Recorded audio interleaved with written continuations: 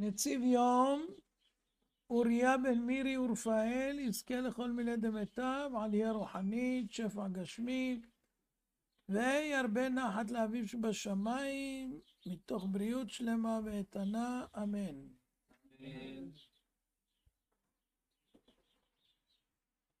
עבד עברי. מדוע פותחת התורה לאחר 10 הדיברות בדין עבד עברי? הדיברה הראשונה, אנוכי אדוני אלוהיך אשר הוצאתיך מארץ מצרים מבית עבדים. אז הדיברה הראשונה מזכירה לנו שהיינו כולנו עבדים במצרים, ולכן היא פותחת בדין עבד עברי. כך אמר הקדוש ברוך הוא לעם ישראל, אני קניתי אתכם במצרים ב10 המכות, כעת אתם עבדיי, כי לי בני ישראל עבדים, עבדיי הם. וכיוון שכך אני מצווה אתכם לא לשעבד עבד עברי לעולם. רש"י מביא את הגמרא בקידושין כ"ב, אמר רבי יוחנן בן זכאי, במה נשתנתה האוזן מכל האיברים שרוצעים דווקא אותה? שני טעמים לרציעה, אצל שני סוגי עבדים. יש מוכר עצמו, אדם עני מוכר את עצמו לעבד להביא פרנסה לביתו. ויש שבית דין מוכרים אותו, גנב שגנב ואין לו מה לשלם, בית דין מוכרים אותו לעבד שיהיה לו מהיכן לשלם את הגניבה. מי שמוכר את עצמו בגלל עוני נרצע, כיוון שהאוזן ששמעה בהר סיני כי לי בני ישראל עבדים ולא עבדים לעבדים, הלך זה וקנה לו אדון לעצמו, ירצע. וזה שמכרו בית דין בגלל שהוא גנב ואין לו לשלם, גם הוא נרצע, כיוון שהאוזן שלו שמעה בהר סיני לא תגנוב, והוא גנב, ירצע.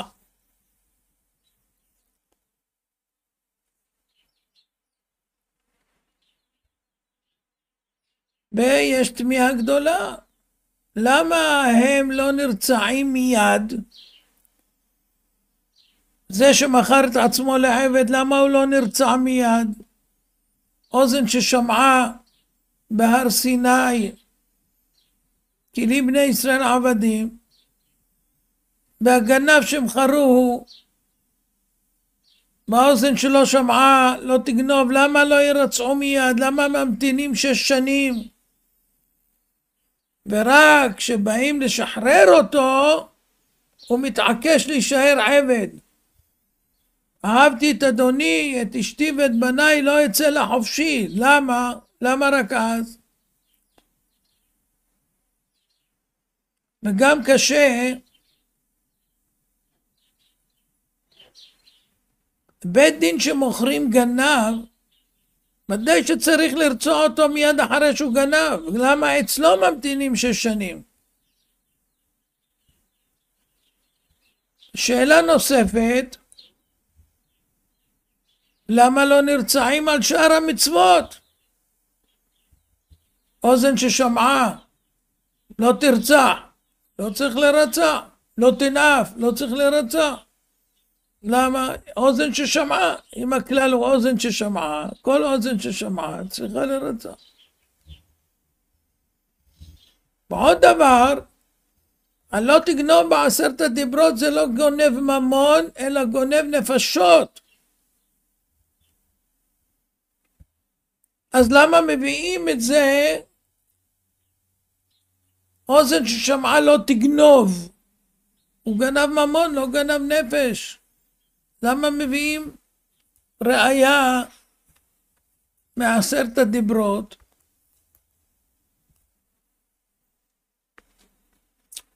מבאר בספר המקנה באור נפלא. כל עבירה ועבירה רשום עליה העונש הראוי לה. ולכן לא רוצעים על כל עבירה ועבירה אוזן ששמעה. כתוב בכל עבירה מה העונש. גם הגנב הוא נענש במכירה שלו לעבד. אז יש כבר עונש, כמו שאר הלאווים, יש עונש. ולכאורה אין סיבה שירצה, כי קיבל עונש, גנב ומוכרים אותו. לכן מי שמכרו אותו בדין הוא לא נרצע מיד בהתחלה. למה? כי הוא נענש, שנמכר לעבד, זה העונש. וקל וחומר, מי שמכר את עצמו, הרי הוא אנוס, חוסר פרנסה. ודאי שלא צריך לרצע בהתחלה. אבל מה קורה? לאחר מכן, אחרי 6 שנים שהוא צריך לצאת לחופשי, באים לשחרר אותו ואותו, וכל אחד אומר, אהבתי את אדוני, לא אצא לחופשי. הוא בוחר ביודעין להיות עבד לבשר ודם, לא לקדוש ברוך הוא. מבאר הרמב"ן שהדיברה הראשונה היא אנוכי. למה דיברה ראשונה אנוכי אדוני אלוהיך? קודם כל עליכם לקבל מלכותי. רק אחר כך תוכלו לקבל גזרותיי. מי שמוכר את עצמו, הוא רוצה להיות עבד לבשר ודם, הוא פוגם באנוכי אדוני אלוהיך. ואם הוא פוגם בזה, הוא פוגם בכל המצוות כולם. זאת אומרת, הוא קנה לו אדון אחר. ולכן זה חמור מהכל. אם יאמר העבד הכל אני עושה, חוץ מדבר זה, כבר פרק עול אדוניו מעליו. אפילו אדם, כל התרי"ג מצוות הוא מקיים חוץ מאחת, שהוא אומר זה לא. אז הוא כבר אדון לעצמו, הוא כבר לא עבד. יותר גרוע, אם בן אדם אומר בכלל, אני קונה לי אדון. אתה עובר על אנוכי אדוני אלוהיך, כי לי בני ישראל עבדים עבדי הם, ולא עבדים לעבדים, ואתה לוקח לך אדון שהוא עבד, שיהיה אדון שלך. זה חמור מהכל. לפי זה מוסיף העין יעקב, אין הכוונה של רבן יוחנן בן זכאי, כשאמר אוזן זו ששמעה לא תגנוב, שעכשיו יענש על שגנב ונמכר לעבד. שכן על גנבה, כמו על שאר המצוות, לא נענשים ברציעה. ואמרנו שהגנבה שבעשרת הדיברות זה בגונב נפשות. אלא מה העניין? אדם יכול לצאת לחירות אחרי 6 שנים, בכל זאת הוא רוצה להישאר עבד, אז הוא גונב את הנפש שלו. לא על הגנבת ממון, על זה הוא שילם ב6 שנים. הוא גונב נפש מישראל, אתה מוציא את עצמך מכלל ישראל בזה שאתה אומר לקדוש ברוך הוא, אתה לא אדון היחידי, יש לי עוד אדון. ואני לא מאחר לעבודה אצל האדון. לתפילה אני יכול לאחר. לאדון הזה אני לא יכול לאחר. וואי. הרבה אנשים לא מאחרים לעבודה, אבל לתפילות כן. כשאדם נשאר עבד, הוא משועבד לבשר ודם. וכיוון שהוא משועבד אליו, הוא לא פנוי לעבודת השם, הוא לא יכול ללמוד, הוא לא יכול לקיים את כל המצוות. ואם כן, הוא גנב נפש אחת מכלל ישראל, הוציא אותה מהמאגר, כי היא לא יכולה לעשות את כל המצוות שהיא מצווה. לכן היא רצה אחרי 6 שנים, כשהוא מסרב לצאת לחירות, על זה שגנב את נפשו מכלל ישראל. חכמים זיכרונם לברכה, בירושלמי ברכות ג' עבד אינו קורא קריאת שמע. למה? הוא לא יכול לומר אדוני אלוהינו אדוני אחד. איזה אחד יש לך אחר? יש לך אדון אחר, איזה אחד? אתה לקחת על עצמך אדון, פרקת עול מלכות שמיים. עכשיו מבינים את רבנו בחיה, הוא מקשה למה נקרא עבד עברי ולא עבד ישראל, אלא שם ישראל זו מעלה עצומה שקיבלו ישראל אחר מתן תורה. בשעה שהם קיבלו על עצמם להיות עבדים לשם, אבל קודם לכן הם נקראו עברים. אלוהי העברים שלחני, אומר משה לפרעה. מצינו גם, קראו לי יוסף נער עברי, שפרה ופועה. אמרו לו כמילדות המצריות העבריות. ובתיה אמרה, מילדי העברים זה, שהצביעה על משה רבנו. אולם העבד הזה הלך ולקח לו אדון לעצמו, הסיר מעליו חובת אנוכי אדוני אלוהיך, וכיוון שפקע ממנו שם ישראל, חזר להיות עברי, חזר להיות עבד במצרים. במצרים נקראו עברים. לכן והגישו אדוניו אל הדלת. רמז לנו את הפסוק שמסתיים באות ד', אדוני אלוהינו אדוני אחד, אחד, ד' זה הדלת. אתה במקום שיהיה לך שם אחד, יש לך אחר, לא אחד. כשפוגם באחדותו של המלך, רוצעים את אוזנו.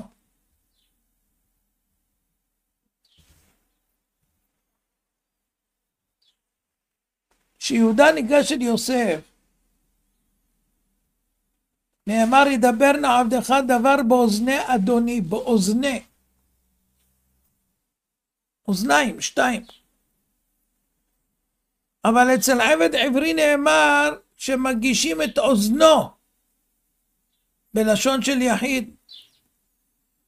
יהודה רצה שישמע יוסף בשתי אוזניו, אבל העבד ששמע בהר סיני באוזן אחת, לא הקשיב כל הצורך. לכן ירצה.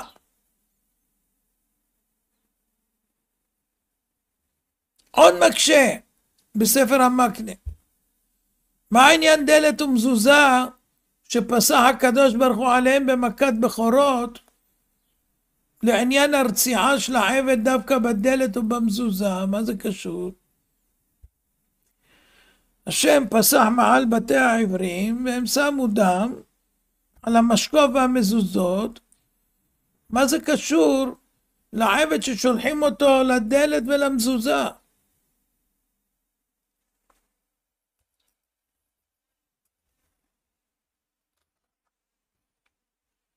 הדברים מתבהרים בפרשת שמות ד' כ"ב. אמר הקדוש ברוך הוא למשה בשליחות הראשונה לפרעה, כה אמר אדוני בני בכורי ישראל שלח את בניי ויעבדוני. המטרה שהבן הבכור שלי זה עם ישראל יעבוד אותי, את הקדוש ברוך הוא. זה המטרה שהם יוצאים ממצרים. ואז הוא אומר לפרעה, ותמאן לשלחו, הנה אנוכי הורג את בנך בכוריך, במכת בכורות. במחילתא בו ו' מבואר שההזעות של אדם על המשקוף והמזוזות, זה היה העבודה של פסח. קורבן פסח, כמו שבבית המקדש מזים על המזבח, גם פה על המשקוף והמזוזות זה היה 3 עבודות של הקורבן פסח.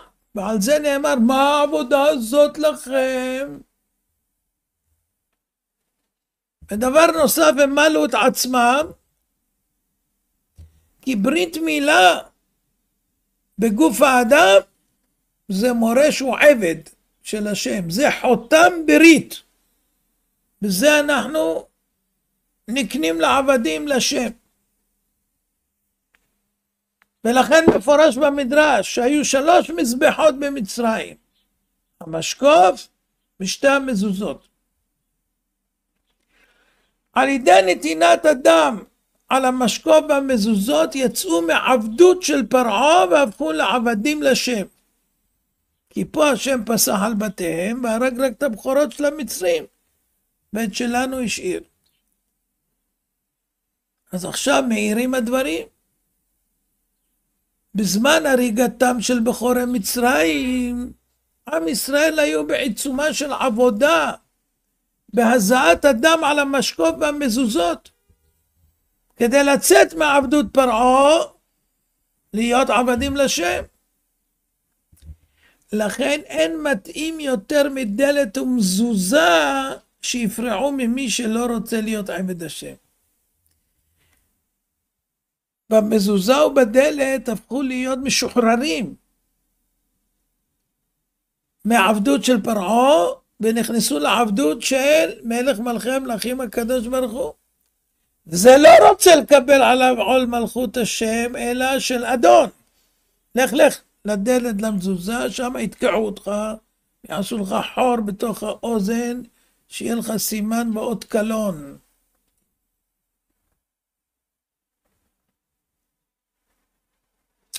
הדברים מפורשים בירושלמי בקידושין א' ב'. רבי אליעזר בן יעקב אומר, מדוע נרצע דווקא בדלת? כיוון שעל ידי אדם שנתנו על הדלת, יצאו מעבדות לחירות, ולא ניתן למלאך המשחית להזיק. וכיוון ששעבד את עצמו, ירצע בדלת שרומזת לחירות, כיוון שהוא שעבד את עצמו לאדון. אז רוצעים את האוזן שלו בדלת, ששם נרמז החירות. שם יצאו לחירות בדלת על ידי אדם, והוא לא רצה, אז יוציאו לו דם בדלת על ידי הרציעה, כעבד עולם. ולמה הוא נרצע במרצע? התוספות מביאים את דברי הירושלמי, מדוע הוא נרצע במרצע? אין כלי אחר שאפשר לעשות לו חור באוזן או משהו? מרצע בגימטריה 400, כנגד שנות השעבוד. לרמוז לו, אתה לא רוצה להיות עבד של השם? אז ראוי שתשתעבד 400 שנה לאומות העולם. וזה המרצע.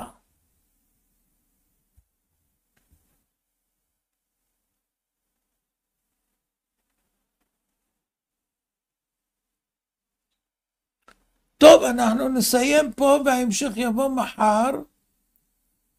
תנסו לעכל את הדברים. וקחו בחשבון שאדם שיוצא לעבודה, יש כאלה שאומרים, הבוס אמר לי, הבוס אמר לי, הבוס, לא בוס. מה שהבוס אומר, הוא מפחד שלא ייתן לו משכורת, הוא לא מפחד שהשם לא ייתן לו לנשום, לראות, לזה. זה הוא לא מפחד, זה פשוט. הוא מפחד מהבוס. כי הוא עובד אצלו, עבד. תיזהר, שלא תחליף אדון באדון. תיזהר. קח בחשבון, אין אדונים עליך. אין אדונים, רק השם יתברך. יש מצב שצריך פרנוסה וזה פה ושם, אבל לא אדון, הלו. כי יש אדונים אומרים לך, שמע, אם אתה לא עובד בחול המועד, אני מפטר אותך. אז הוא האדון שלך, ואתה אומר, מה, הוא יפטר אותי, אז אני לא זה. מה זה שאלה? מותר לעבוד, אסור לעבוד, תלוי מה, יש לו פת לאכול, אין לו פת לאכול, יש זה, ורק לצורך המועד, וכל מיני דינים. יש אנשים שנכשלים, יש כאלה שעובדים ביום שישי, עד שעה מאוחרת בקושי מספיקים, להגיע הביתה, להתקלח, לזה וכל, הרבה בעיות. יש כאלה שהם אומרים להם, נגיד עובד במסעית, אומר לו, אתה מתחיל ב5 בבוקר. מאיפה התפילה? בדרך תתפלל. מה זה בדרך תתפלל? מה זה? זה האדון שלך? וכן הלאה, כל מיני. אדם צריך להיזהר. אדון יש רק אחד. כל הבריאות שלנו תלויה בידו. כסף לא פותר בריאות. כשיש בעיות בבריאות, כסף לא יכול להועיל. לא יועיל הון ביום עברה. תיזהר. לכן יש לנו אדון האדונים, אלוהי האלוהים, הקדוש ברוך הוא. מה שהוא אומר אנחנו צריכים לעשות, ולא לפחד, כמו שהוא נותן לנו לנשום, בחינם. הוא גם ייתן לנו לאכול, כי מאן דאהב חיה יאהב מזונה. מי שנותן חיים, נותן מזון. אל תדאג, לא תמות מרעב, מבטיח לך. שיהיה לכם שבוע טוב. אחריני.